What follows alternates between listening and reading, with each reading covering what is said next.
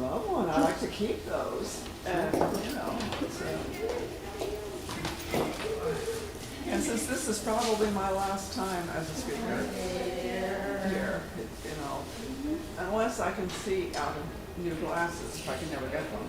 And so we shall But we'll keep you for chalice lighting and Yeah. extinguishing, and you'd be happy to drop the stones. Oh, if we certainly. got- Yeah. Yeah. So we'll keep that in mind. That's fun. Yeah, at the end for all the folks at home. Yes. We will keep that in mind, Sandy. But I just wanted you to know that I would like to say something about that. My Yeah. granddaughter. I'm so a little sleepy. This is not my hour for being awake. I get awake actually probably about 10 o'clock at night. So do you want to go after all the folks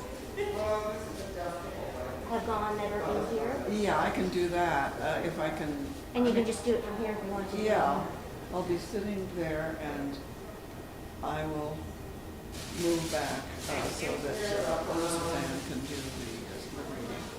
Okay. Right. So I'll drop a stone on your behalf. Oh, If you want to speak from up here rather, or do you want to go down?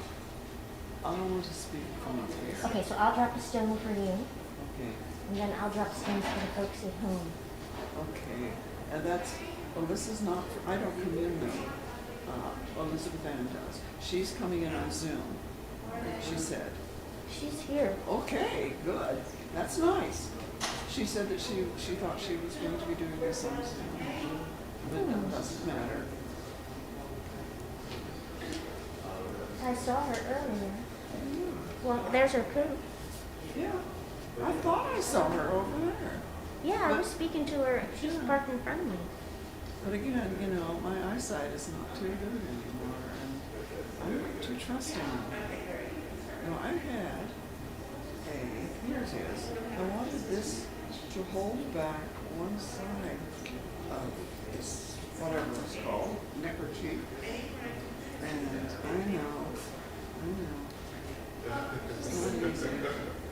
But I wanted the Black Lives Matter to show. I always wanted to show. And I need new lipstick. I have all of that stuff in here. There you go. But I probably will have to go to the bathroom at one point. So I'm going to go behind here and go out and come back. Yes, we are at like 10:00. Yes. Just so you know. Yeah, maybe I better do it now. Sounds good. Doesn't mean I have to later. No, but you're making it easier for you to get to I'm making your it- part. Yeah, I know.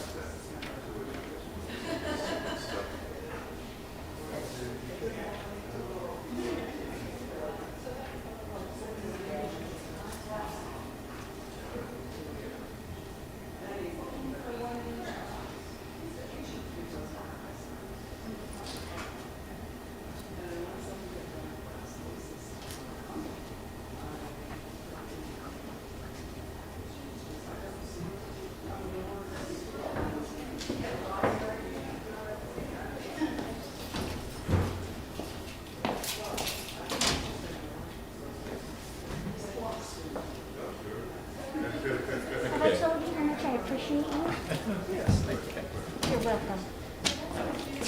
And So are you okay with sitting back in the cubby hole to advance slides, or do you want to do it from our you'll have to do the shutter on, shutter off, right? No, shut it on. Well, you can't do it. It's a little bit more complicated to do. That's right. You do It is, that? it is probably simplest to do it like there, but I'll do my best from back here and then Well- from back there. And then if you see me screwing up, you can be like, hey. You're checking.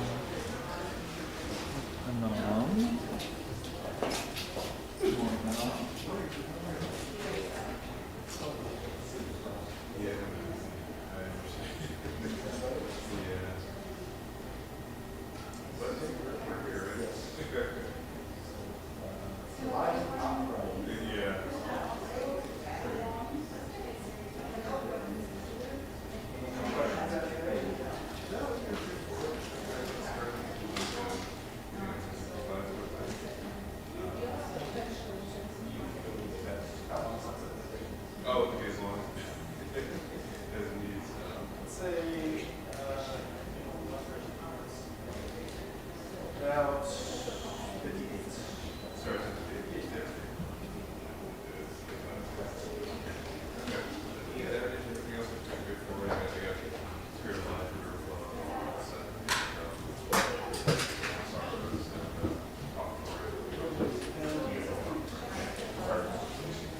Perfect. We had that thing in reserve for our crew.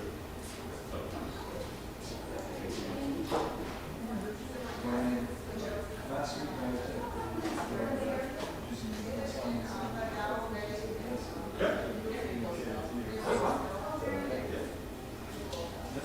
so what are the logistics of that? We can start thinking it? And for the future, if you want to put it in slides, that's fine, but it's pretty simple, so maybe do that real quick.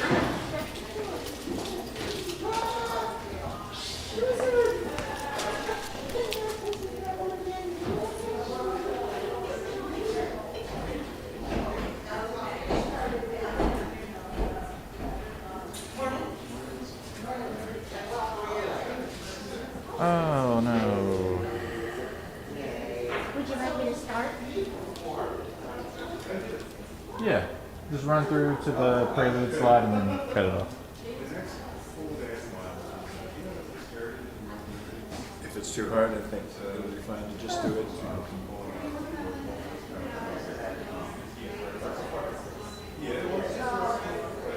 Fine.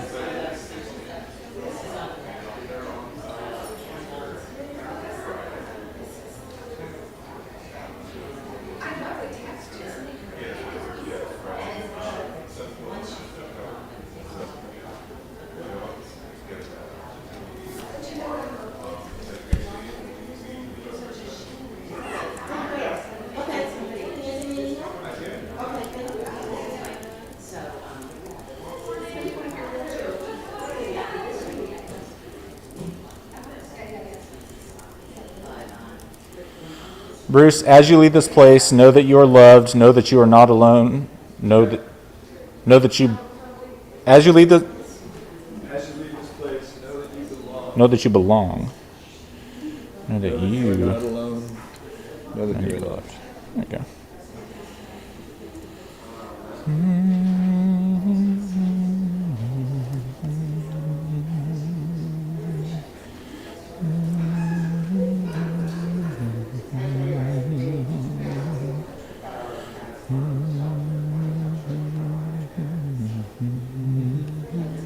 Beautiful. Super. Thanks.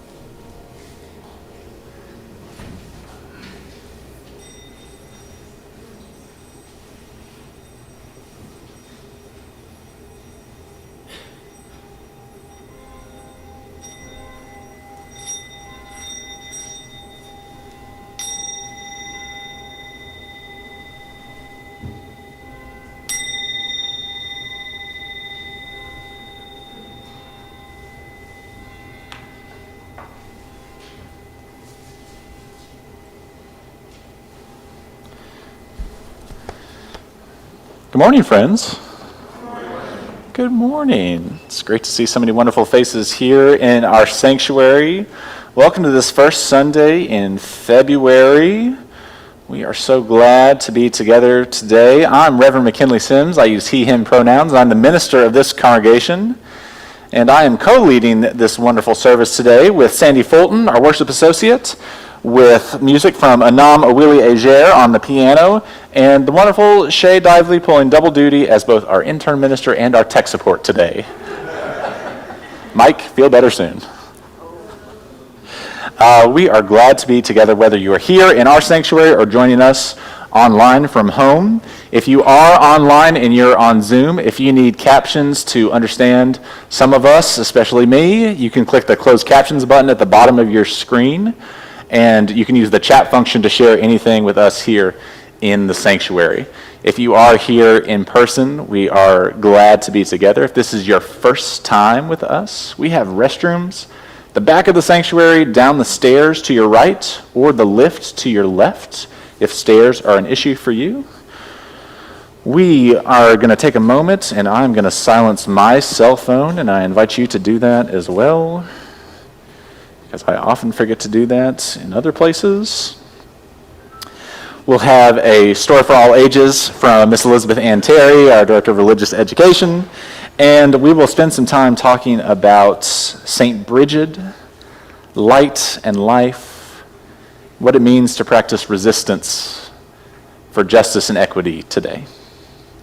So friends, we often start with a breath together. So I invite you to settle in where you are. If you're in the pew, straighten your back, roll your shoulders out, feel your feet flat on the floor. Joining us from home, find a comfortable position, and just take a nice, easy breath.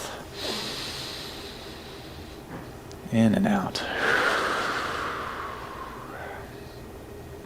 This is a Unitarian Universalist congregation, which means we are people of different religious traditions, different backgrounds, who come together under one roof to celebrate all that is worthy and good in this world, to hold one another through the problems of life, and to work on making a difference. We talk about building a beloved community by embracing all souls and nurturing wholeness. If that sounds like the right place, then you are in the right place. And we are so glad that you are here today. Today's service honors Imbolc, a Celtic reminder that life and light are lengthening once again here in our hemisphere, and that our connection to the earth is necessary as a spiritual component, no matter our religious tradition, if we want to make a difference in the world. In a world that sometimes feels as if it is on fire. We dive today into something called eco-theology, and may it bear us fruit for long-term resilience. I'm going to ring a chime to enter us into this space of worship, and then we'll light our chalice.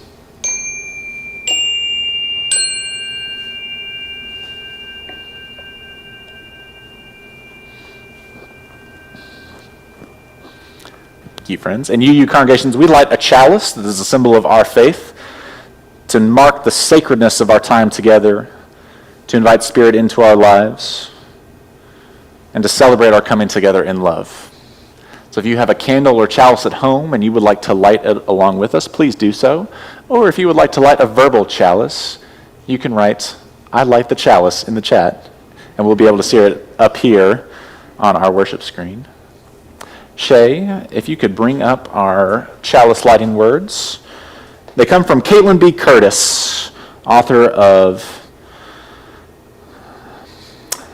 Native is another one of her books. I cannot remember the book that I'm about to quote from her in about 20 minutes, so I will tell you that in just a second. But I'm going to invite you to read these words along with me as we light our chalice here in the sanctuary. We light this chalice to honor our partners, living and dead, in our work to spread love, justice, and equity in the world. In our time together, may we find our own answers to an invitation to a better way.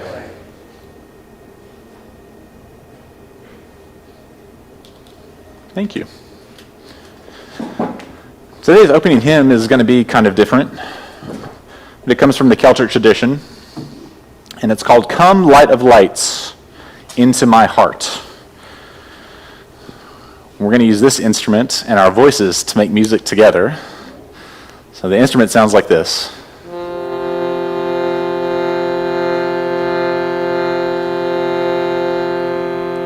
It's pretty cool, right? This is a Celtic chant that is adapted by Ruth Cunningham, and the words are only 2 lines. So Shay brings up our lyrics on the next slide. The words are, "Come, light of lights, into my heart. Come, wisdom of spirit, into my heart." So I'm going to sing it through once or twice, invite you to listen, and then to either hum or sing along. So the first line goes like this. Come, light of lights, into my heart. Let's sing that one more time. Come, light of lights, into my heart. The second line is, come, wisdom of spirit, into my heart. Come, wisdom of spirit, into my heart. Invite us just to listen for a second. Come, wisdom of spirit, into my heart. I'll put it all together and invite you to listen or hum along on this one. Come, light of lights, into my heart. Come, wisdom of spirit, into my heart. Some of us are listening with our voices, and that's good. Okay, let's try and put it all together. I invite you to join as you are willing and able. Come, light of lights. Come, light of lights, into my heart. Come, wisdom of spirit, into my heart. Come, light of lights, into my heart. Come, wisdom of spirit, into my heart. Would you hum with me?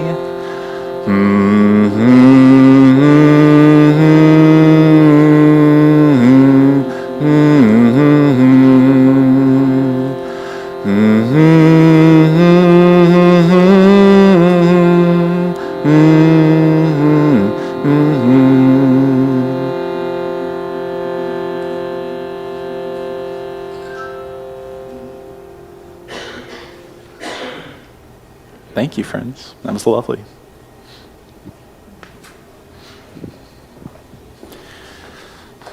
We'll invite Shay to make a quick stage change as we move into the time for joys and sorrows.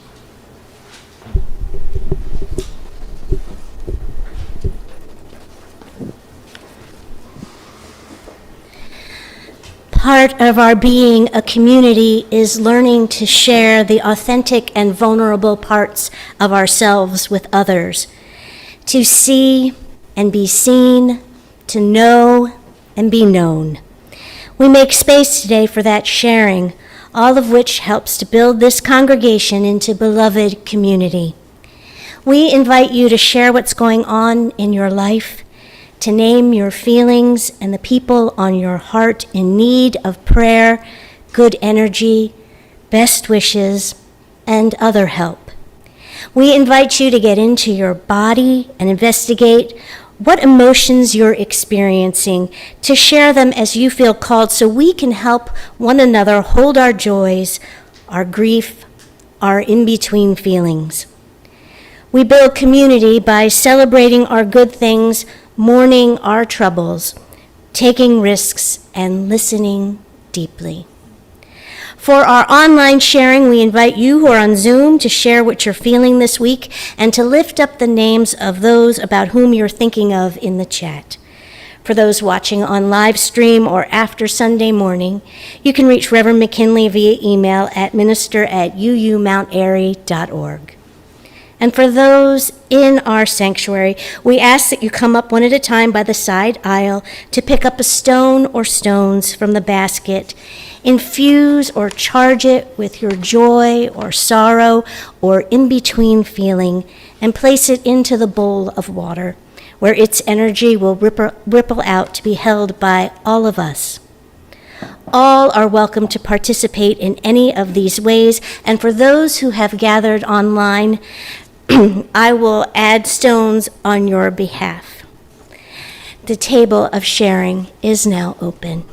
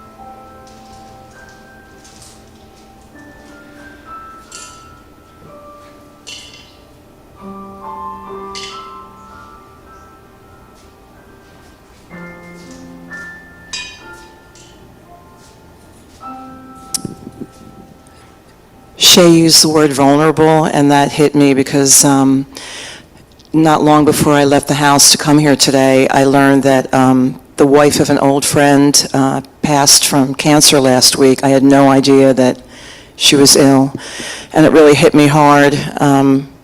I sang with his band when I was very young, and I think they had only been married maybe for the past 20, 25 years, so I didn't know her as well. But I have to just say that she was so warm, so very, very warm. Her name was Mindy Davis, and they would come to a gig of mine occasionally, and every time she treated me as if she had not seen me in 100 years, and I was her favorite cousin. And so I'm just really stunned to hear this today, and I just wanted to say her name, and I know that her husband is just completely devastated.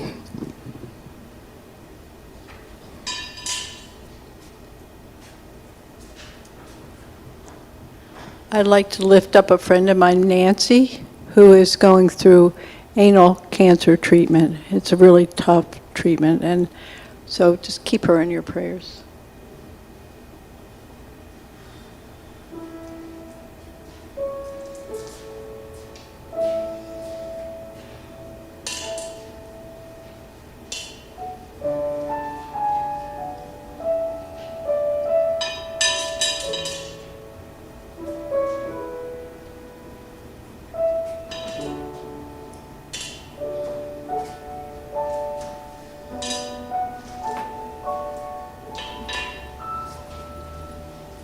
I placed 3 stones in the bowl today.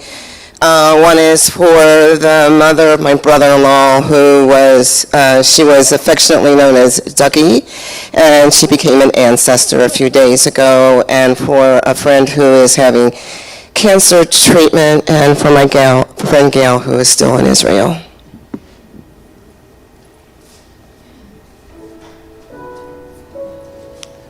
Hi, I'm Sandy, and I want to say a good thing.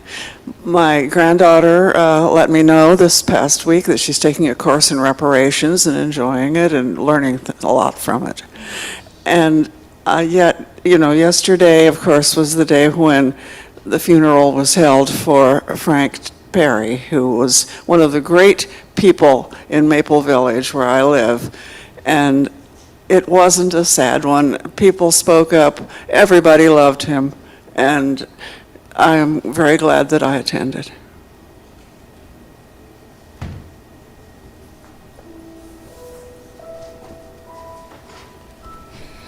Reverend McKinley, would you please add stones for those folks at home and for those joys and sorrows that remain silent but are held deep within our hearts?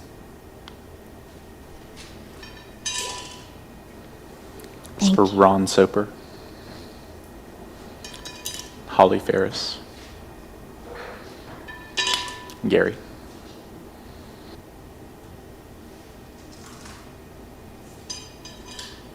Thank you. Friends, will you join me in prayer, however you may define prayer? Spirit of life, eternal and gracious one, creation that spawns on this world continually. We ask that you hold these sorrows of loss, of grief, of loving those who have become ancestors, and for those joys that have been shared. May we carry these with us today and honor all that we experience in life, knowing that this is part of living, this is part of being, this is part of community. Blessed be and amen. Amen. I'd like to invite up Elizabeth Ann.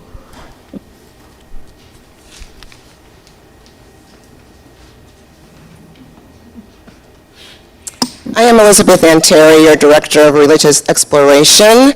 I use the pronoun she, her, hers, and I need some help up here today. Who's coming on up? Sit on the rug. Participate in the story. Thank you, thank you, thank you. Woohoo, lots of help.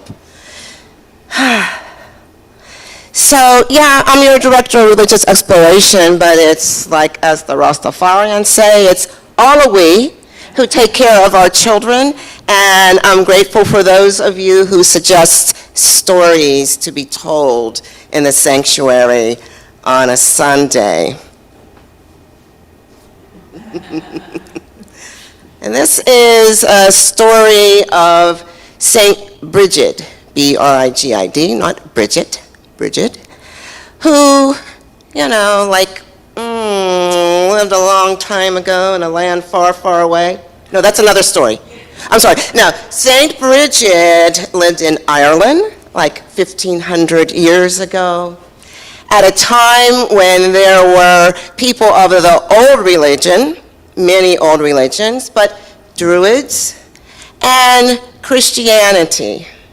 She had a difficult early life, she and her mother, sold into slavery. And she loved people. Maybe she was a universalist. She had a big old heart, felt like she could be working for justice. Can I get an amen? Amen. Working for justice and equity. Bridget. However, in that same land, County Kildare, in the land of Leinster, there was an evil king. Evil king that did not have a big heart and did not love the people that were in his domain. Well, Bridget had something to say. Bridget said, you have all of this land. Your people are hungry. Your people are poor. They have nowhere to grow their own food. They're starving. What you gonna do about that? And he said, well, not my problem. And she kept at him. And finally he said, thinking he was slick, that, well, Bridget, you can have all the land for the poor that will fit under your cloak.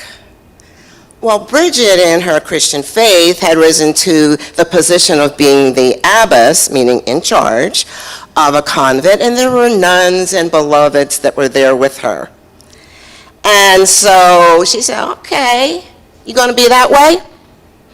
And so, like the land under her cloak is this. I remember months ago I had that little red hoop, and it's like, oh, we can care outside of our little red hoop. So she was caring for all of the people, and all right, underneath the cloak, here's where I need help. So Bridget said, okay, and she asked some of her nuns to come along, take parts of the cloak.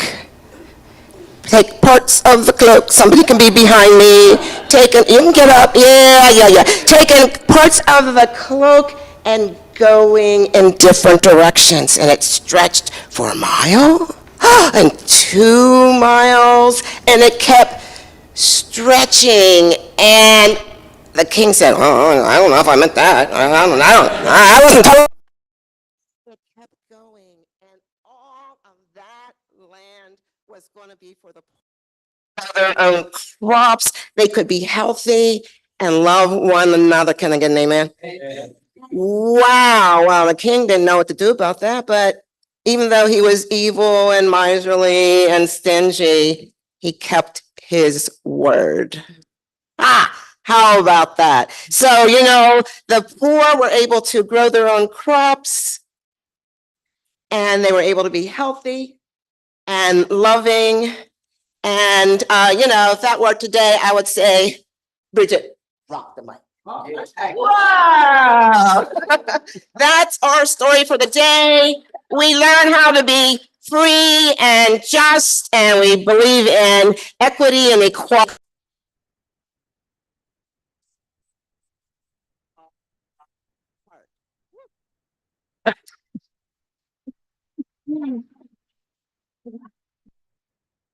We're going to sing a song as our kids get ready to head out to the RE classrooms with Jill and Miss Elizabeth Ann. And Louise. Thank you, Louise. And it goes like this. The words are, as you leave this place, know that you belong. Know that you are not alone. Know that you are loved. As you leave this place, know that you are loved. Know that you are not alone. Know that you are loved. As you leave this place, know that you are alone. Know that you are not alone. Know that you are loved. Thank you, friends. Going upstairs. And while Elizabeth Ann is taking our friends out, for the rest of us, a very exciting RE development that is coming up in February throughout the month. We are celebrating Black history in lots of ways, but specifically for religious exploration. One of the grand ideas we have is a series of projects and events that involve the whole congregation, not just our families and our kids. Yes, those people as well, but also everyone else is invited. So these are things we're brainstorming. We brainstormed a few ideas. We would love your input, your excitement, and your energy. So very quickly, these are also listed in our newsletter and some other places, and I'll talk more about these after the service as well. But we're thinking about what would it look like for us to celebrate Frances Ellen Watkins Harper, who's one of the most famous Black Unitarian Universalists, and her grave is at Eden Cemetery. We're wondering maybe we might take a field trip there, have a service there. We'll have a service here about Frances Ellen Watkins Harper. We're thinking, what else could we do? Could we take a field trip to somewhere in Germantown, perhaps to the Johnson House, and join up with the kids from Germantown Mennonite or from the Unitarian Society of Germantown? Could we do some kind of public witness event like we do every Thursday? Could we put a mural out on the front lawn that the kids help paint that speaks to Black Unitarian Universalist history, Black history, peace and justice, whatever we want? So we are craving people to come on board with these ideas. And what we really need is your bodies and your energy. So if I've said anything that sounds remotely interesting, and the one that I'm most excited about, sorry, maybe this will sell you. I can see some people are not sold. Think about this. What if as you walked around Mount Airy, Chestnut Hill, Germantown, Montgomery County, and especially if you were like taking the bus and you looked down at the bus stop and written in chalk with something like a Black History fact or something about Frances Ellen Watkins Harper that you didn't know about. And you learned about an amazing human being just by being in our neighborhood. And what if that was produced by our kids and by our congregation? What if we did guerrilla artwork all around the neighborhood that educated and inspired? If that sounds interesting to you, please come see me or Miss Elizabeth Ann after the service so we can schedule these out and plan these things throughout the month of February. Fabulous. Thank you. Thank you, Sandy. We'll turn it over to Sandy Fulton. Well, you can see that I have a Black Lives Matter button on as well Beautiful. as being dressed as Celtically and as Irishly as possible. I'd like to tell you about a new friend who lived a long time ago who spoke Celtic. The Celts were not a nation, but they spoke a dialect of the Celtic language. They all did, and they worshipped many gods. Their mythology was unwritten until the Romans came, so our knowledge of them in ancient times comes only from enemies and is not necessarily true.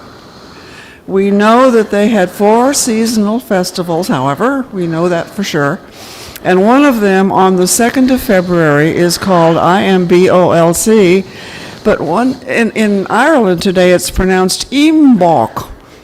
That's a lot easier than some of the other pronunciations for the other festivals. It's a bad time of year for pastoral people, for who they were hungry and fearful because their stored food and livestock fodder had been eaten, and unless they killed off their livestock, they had very little to keep them alive until their gardens sprouted. But they trusted their gods and goddesses. Donna was the chief deity of the Celts in the West. At a time when women were tribal leaders, Donna's husband's name was spelled D-A-G-D-A, but it was pronounced Dada. And that's a pretty good name for a father god, isn't it? Celtic mythology was full of violence and Dada, but Dada sired the one Celtic goddess who was always benevolent. We first learn of her from the Romans under her Latin name Brigantia. They never invaded Ireland, but the Romans kept an eye on her. The Irish named her Brigid. I'm trying to pronounce that the way the Irish do today. Brigid, with a kind of a throaty G. Yes. Okay, and her British name was Brida, This is just spelled like your our dummy word screen. bride. Right. We call her Bridget. Goddess Bridget was probably the pagan patron of Imbolc and became the primary deity of the Brigantes, the West European Celts. She was patron of the sick, the poor, midwives, artists of all kinds, and women. Lots of girl babies were given the goddess's name. One of those babies in the 5th century was Bridget of Kildare, who became first a Christian nun, an abbess, and after her death, a saint. Imbolc, the 2nd of February in the Western Christian calendar, also became the feast of St. Bridget. It's likely that Bridget the abbess was a real person, and several 5th and 6th century writers knew her spiritual values and spiritual activities, and some said they'd even met her. In her era, male dominance was new in the Celtic lands, and it led to many wars. The people of Kildare came to ask Bridget to build a stone monastery for worship and for safety. The stones were for safety. And to continue the co-ed schools of the Celts. Yes, I said co-ed.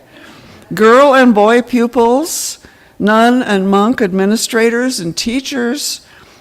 Bridget became the abbess of that monastery. It still stands in good repair. Not just schools, but most Celtic monasteries were co-eds too. In Bridget's personal life, it's unknown if she ever married.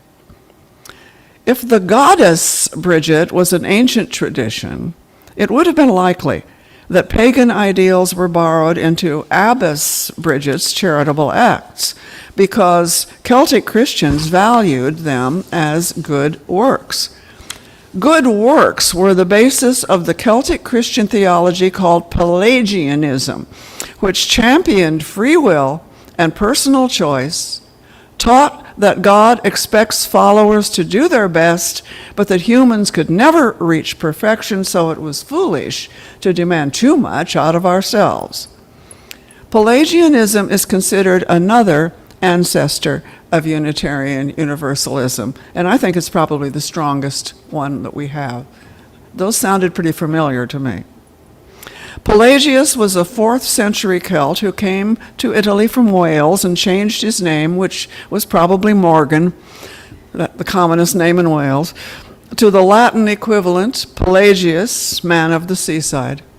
And it swept over the Celtic world, lasting until the 12th century in Ireland. Pelagius's followers were perhaps the first in the world to write about the human ethics of socialism. But that got lost until the 19th century. The wars that plagued her era caused men to rise into power, and Bridget was one of those who wanted to stop the change into male dynasties. She was quoted to have said, "The children of kings are serpents, children of blood and death, save for a few whose actions please God." The 5th century, unfortunately, stayed violent, but the leaders of Ireland developed a peace movement, and the other Celts of Ireland, Scotland, and Northumbria, even some Christianized Anglo-Saxons, became eager to read the lives of the great Celtic saints. For inspiration, they learned to speak, read, and write in their regional dialects, and they became the first vernacular writers in Northwest Europe. The writers of saints' lives wrote about the good works of important saints, like Patrick, David of Wales, Columba, and Bridget, the only woman among them. But many books got lost. When the Vikings began invading in the 8th century, the Celts of Britain and Ireland saw book after beautiful book stolen from their churches, torn to pieces to rip off the gold leaf, then thrown into a bog or the sea to be discarded as if they were garbage. But some of the old books were gotten away, quickly written into the vernacular. We can thank those scribes, but they did make errors, and they added legends that still confuse historians. How did Abbess Bridget live during those violent years? Oh, she was busy. She was really busy. A recent scholar wrote, the earliest Christian records in North Leinster were dominated by Abbess Bridget's formidable energy and brilliance. Wow. In some places, Bridget's influence helped overthrow the new policy of inheritance through male kings, like Necton of the Picts in Scotland, and yes, they were Celts too, who changed the law back to inheritance from mothers to queens, or their male kinsmen if they were needed to lead armies, and unfortunately, in that century, most of the leaders had to be men. Necton's crown went to the great-grandson of the Queen of North Wales, and his name, believe it or not, was Bride, which makes me wonder how much Abbess Bridget got involved in that decision. Sounds like quite a lot to me. Stories say that Bridget or her carriage driver were often ordered by gatekeepers of the warlords not to enter a road that formerly had been open. Bridget usually refused. I can just see her. And now and then her driver got into a fist fight with the guard and he won. I mean, the driver did. Others tell us that Bridget liked to drive the carriage herself, driving around the land's perimeter and cursing the owner, who from then on had bad luck. These are only legends. We don't know that they're true stories, but they tell us that Bridget encountered some troubles. But her ideals are still practiced. Even today, in places like North Leinster, women continue local rule. Men are not allowed near Bridget's permanent fire. And the women who tend it are convinced that keeping the fire burning ensures that there will always be an Ireland that practices charity. Her name was so sacred that it fell out of use as a personal name in the 12th century. Not until the 17th century did Irish families go back to naming a girl baby Bridget. But in that century, female christenings abruptly turned around, and Bridget became the most popular name for Irish girls. Odd switch, but nice. After her death, Bridget was quickly canonized, and her monastery became a pilgrimage. She is the patron of the common people of Leinster, of peacemakers, of dairy cattle and goats who give milk, and sheep, especially the ewes who provide wool and new lambs. Those animals are not usually eaten. They stay alive. She also protects women, midwives, doctors, gardens, music, poetry, the good fires of cooking and heating, and the spiritual fire of love, which her eternal fire represents. People love her in return. I don't know as much about St. Bridget as I want to, but I hope more of us know at least something about her. I love her. Bridget of Kildare can inspire me into keeping energetic and active during terrifying times, because she summons us to emulate her. In her lifetime, her monastery was near the principal residence of the King of Leinster we just heard about.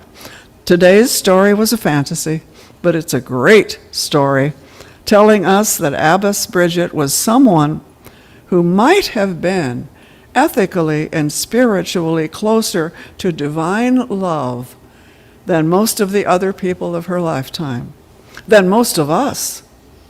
So much closer that she deserves to be loved. We Unitarian Universalists can't make her a saint. We don't do that. But raise your hand to show that you'd be happy if some other religion added a new patronage for her, making her the patron saint of feminists. Good. Oh, thank you.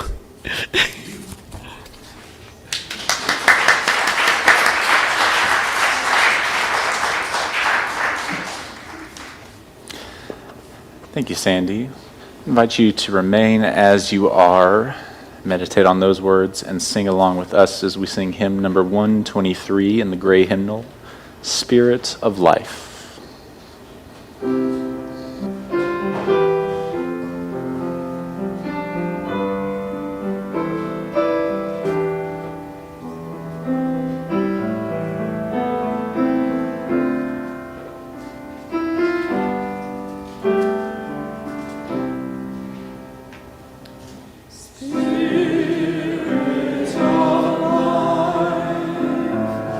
Come unto me.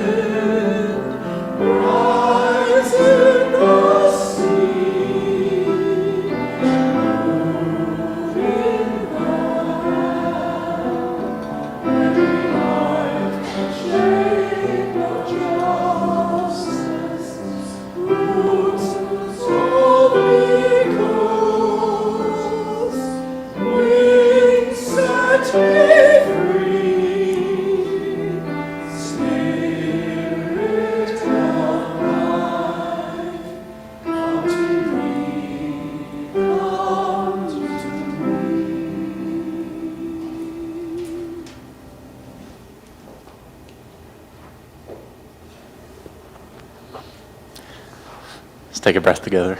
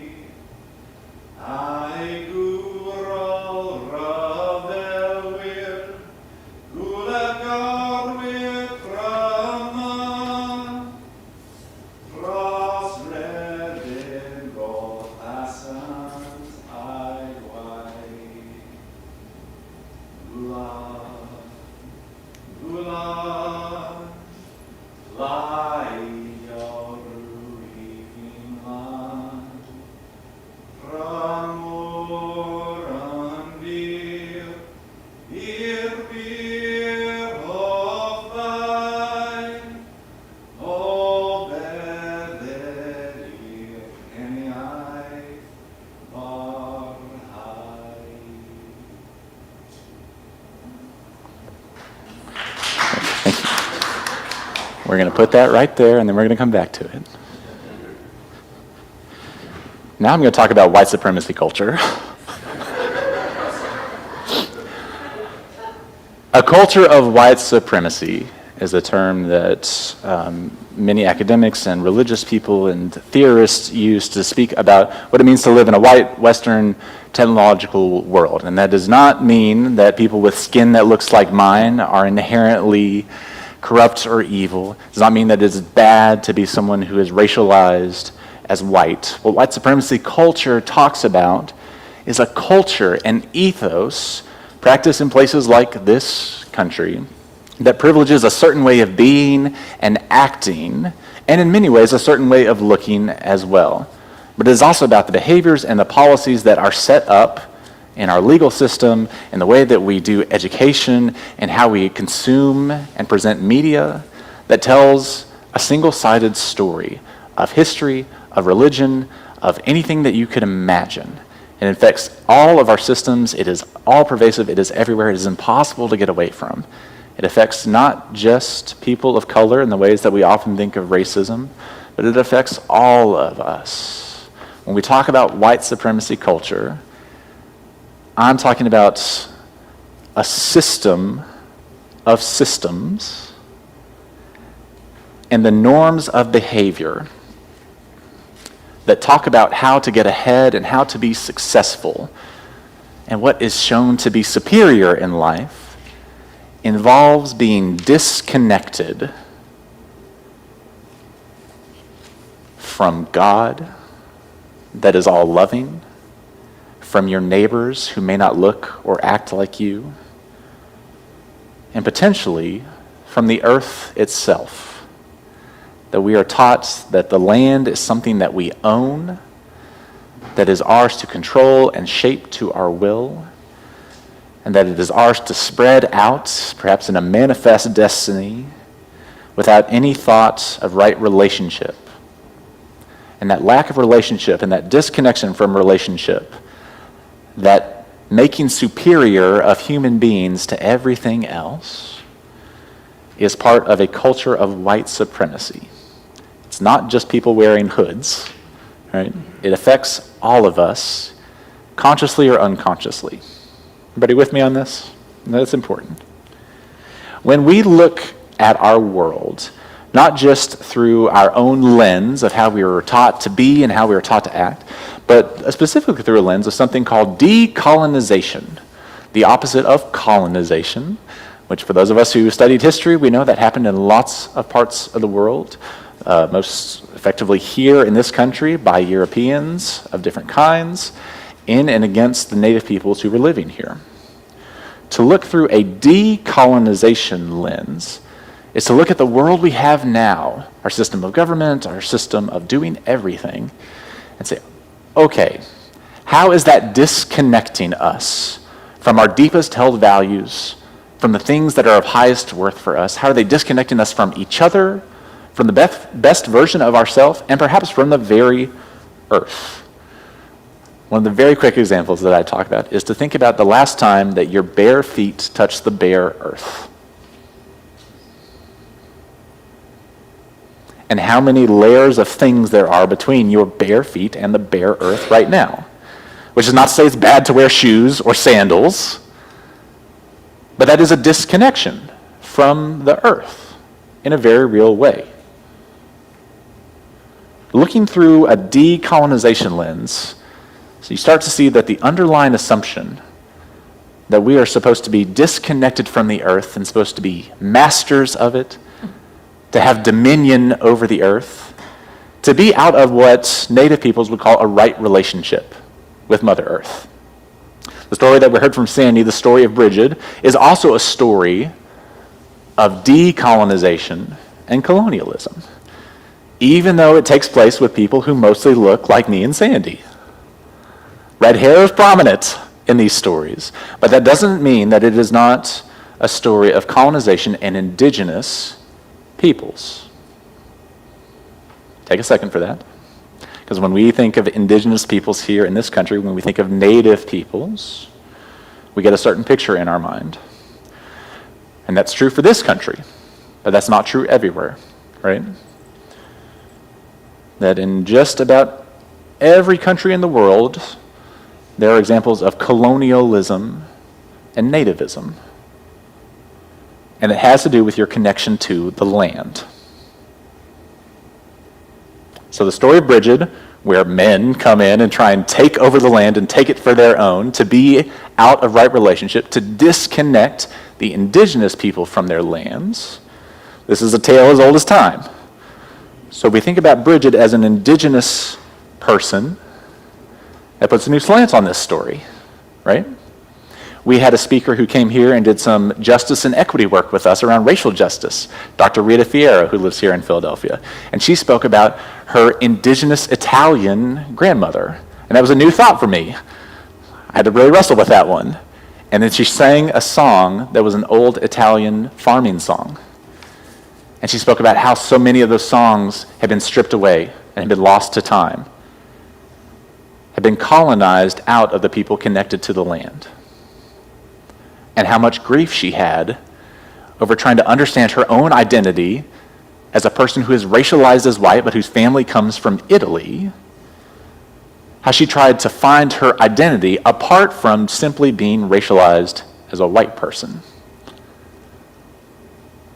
There's a book and at least an essay called Before We Were White. Right? When we talk about white supremacy culture, something that disconnects you from your groundedness, your rootedness, your connection to the land, your home, where your people are from. That's what I mean. And if you are not someone who looks like me, I'm sure many of you, and many of us have stories. Where are you from? Where are you really from? Yeah. Because you're not from here, on this land that we own, because we don't look through a colonial or decolonization lens. So we've talked in this congregation about what it would mean to be part of a reparations movement for indigenous peoples, often simply stylized as the land back movement. And that can look like a lot of different things. But part of it, for Native peoples especially, is reconnecting and reclaiming ancestry, traditions, languages, culture. Re-embracing the culture that is deepest within you and that is most sacred. That is not simply the culture of the white American Western monoculture, right? I love watching Bravo TV as much as anybody else, and there's a deeper set of cultural principles and values that is available to me and to everyone that is perhaps of a little bit more depth and not quite as shallow. So the history of immigration in this country, many of us know, those of us who have Irish ancestors perhaps, when the Irish people first came here, they were not considered white, right? For the Greek people, like my wife's family, were not considered white. Jewish people, not considered white, right? But whiteness, what it does is it subsumes people It takes things. It has dominion over things, just like it takes land and the ownership of land. And it disconnects those people. You ask Latino people in Texas who try to get anglicized, who do not learn Spanish to fit in. People who are of my generation are starting to really grieve that loss of connection.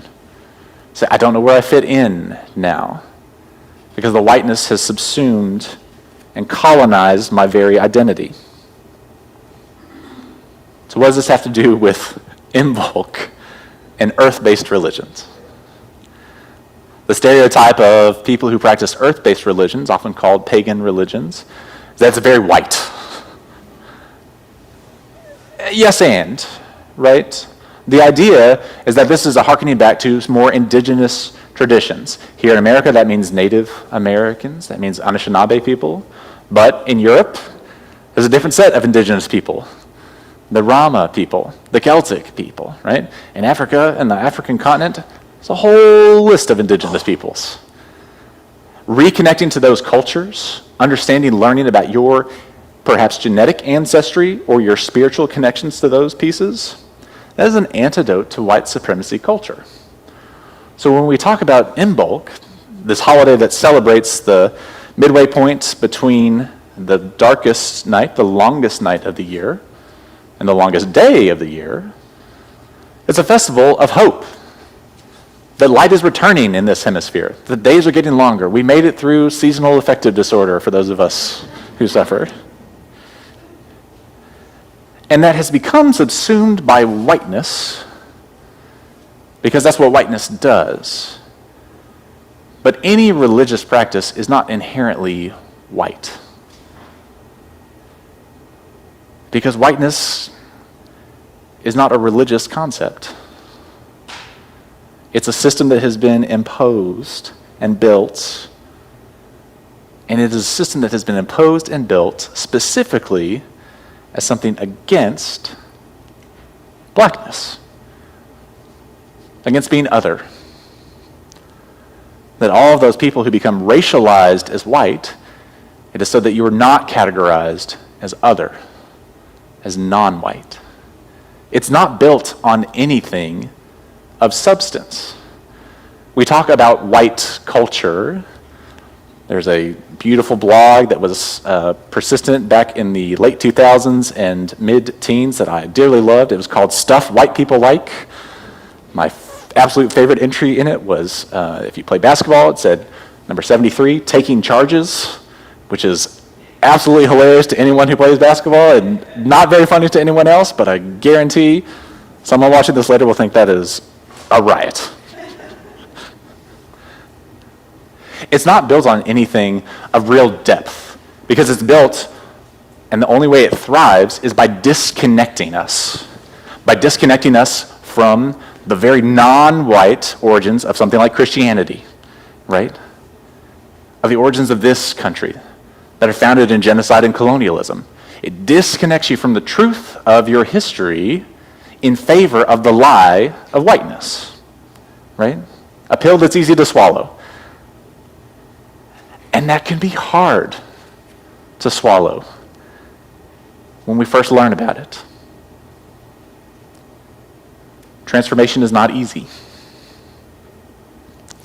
I've spoken a few times about my ancestors who came to this country from Wales, notably, but the English side, a little more troubled history. A captain of a boat in the late 1600s, it does not take a lot to put two and two together. A plantation on the island of Antigua that eventually enslaved something like 270 people.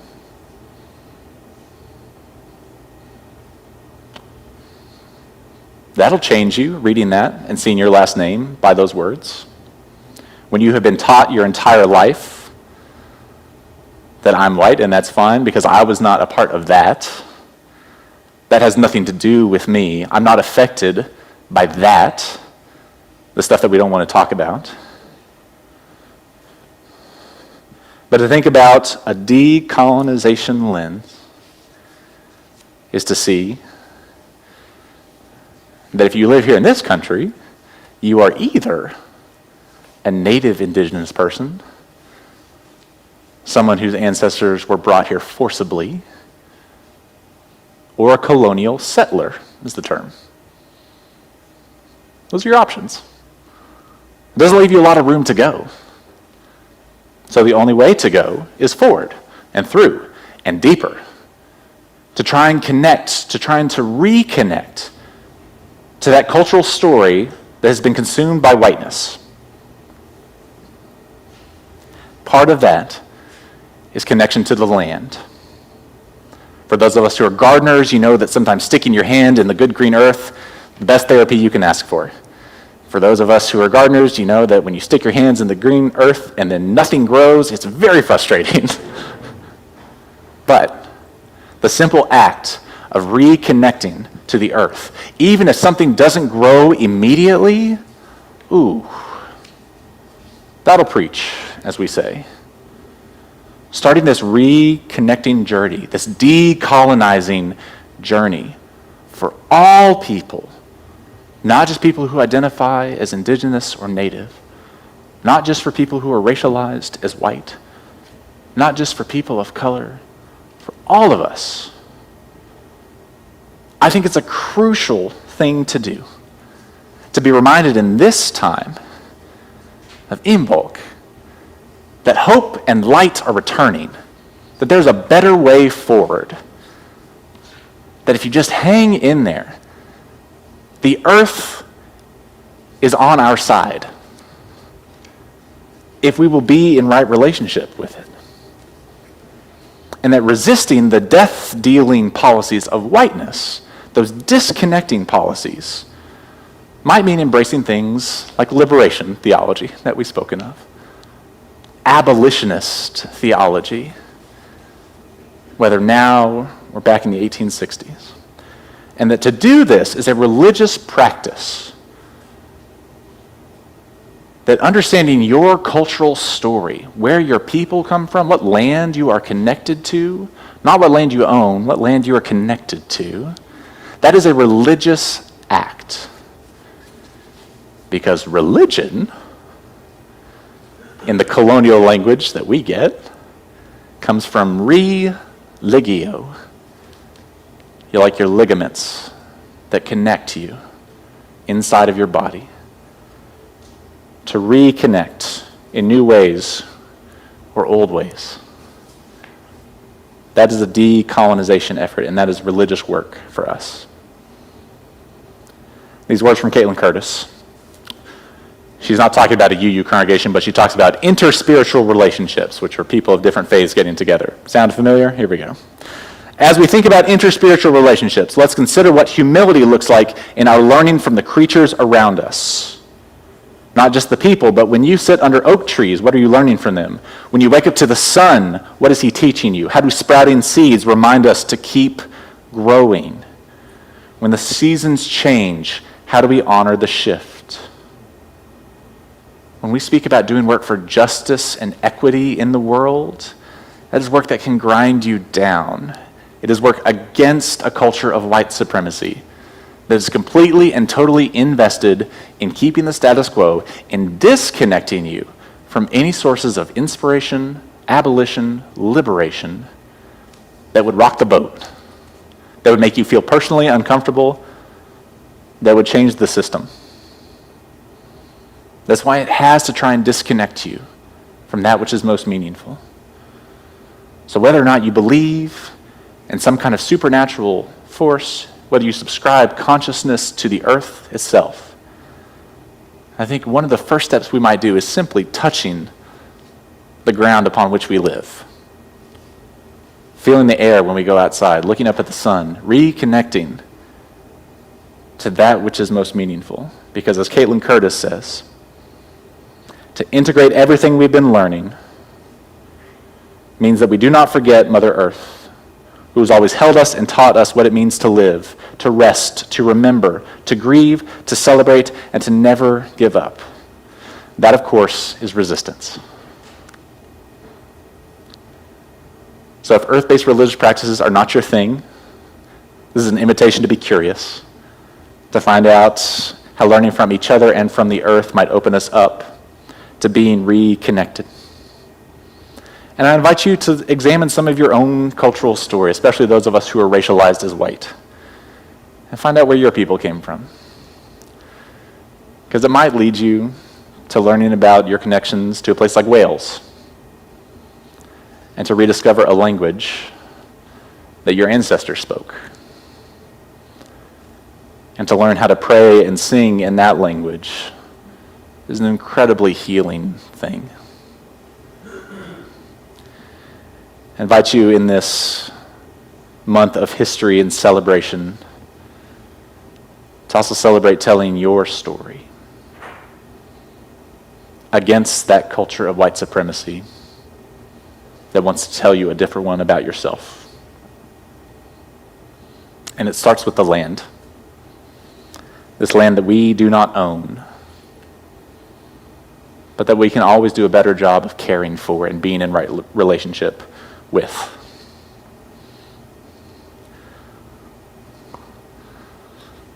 The lines of that song talk about the land, the land, the land, the mountains and the seas, the good green grass upon which I lie. May it forever endure. May it be so. Amen.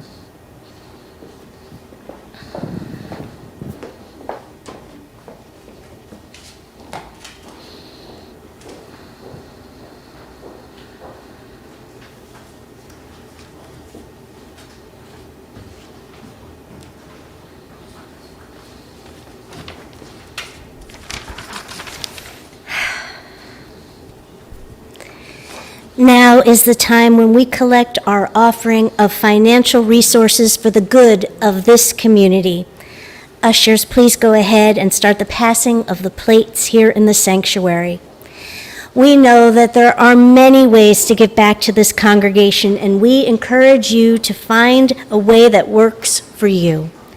For giving of financial support, your money or checks put in the plate will be used to fund the ministries of this church.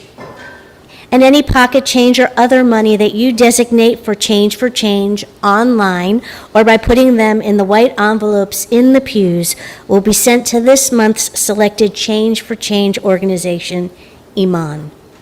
More info is on your screen about how to give. Please know that if this is your first time with us, there's no expectation that you give anything other than a yellow contact form or letting us know how you found us and how we can support you. The offering will now be gratefully received.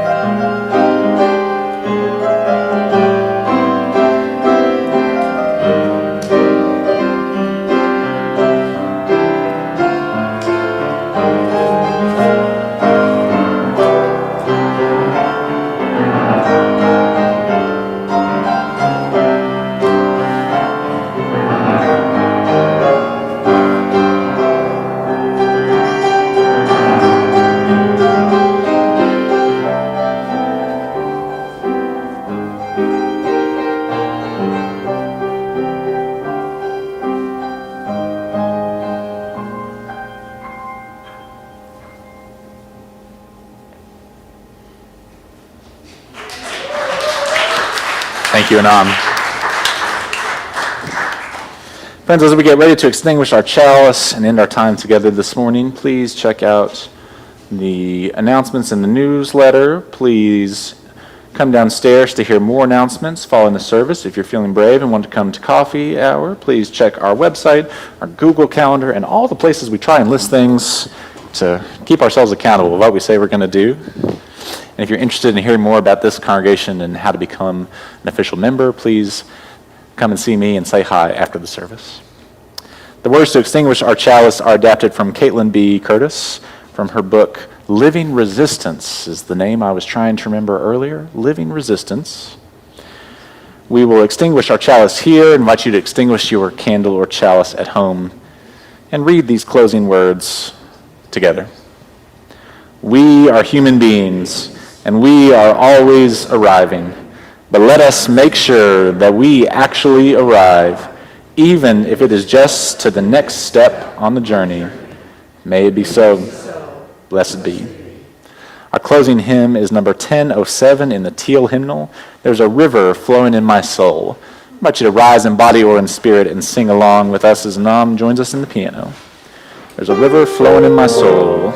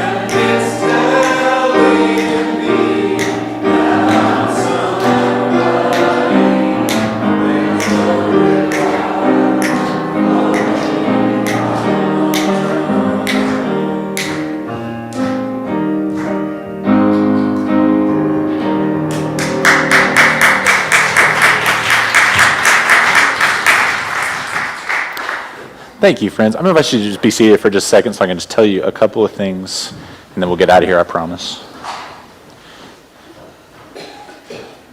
All right, fabulous. So a couple of things. Once again, our congregational-wide religious exploration we're trying to do. Some ideas for the month of February.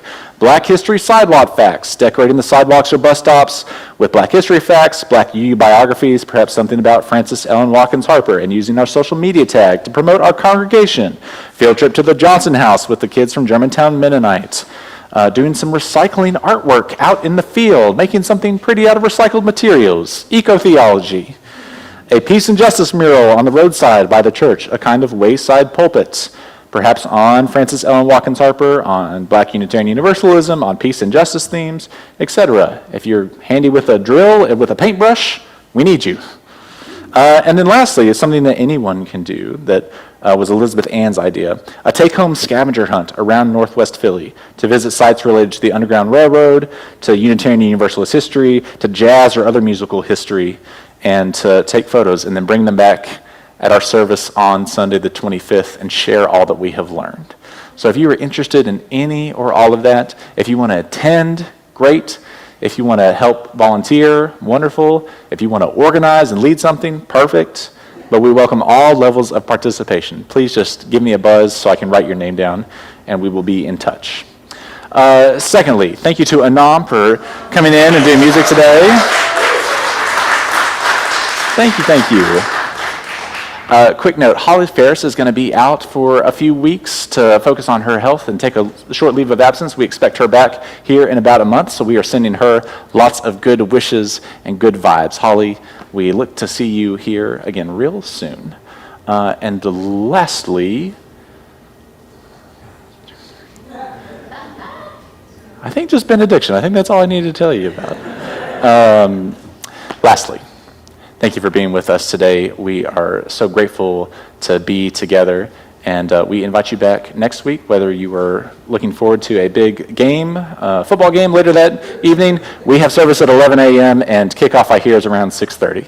I invite you. Friends, take these words with you.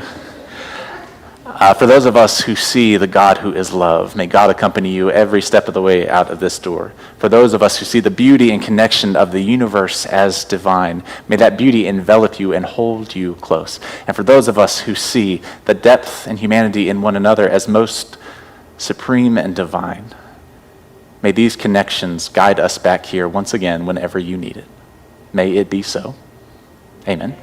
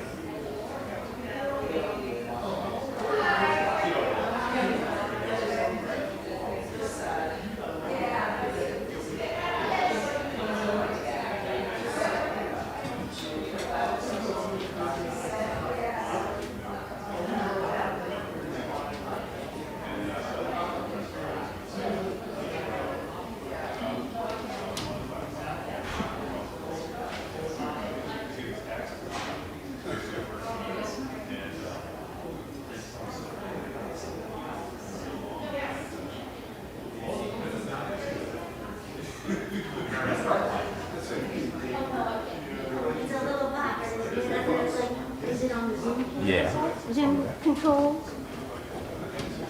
Under more,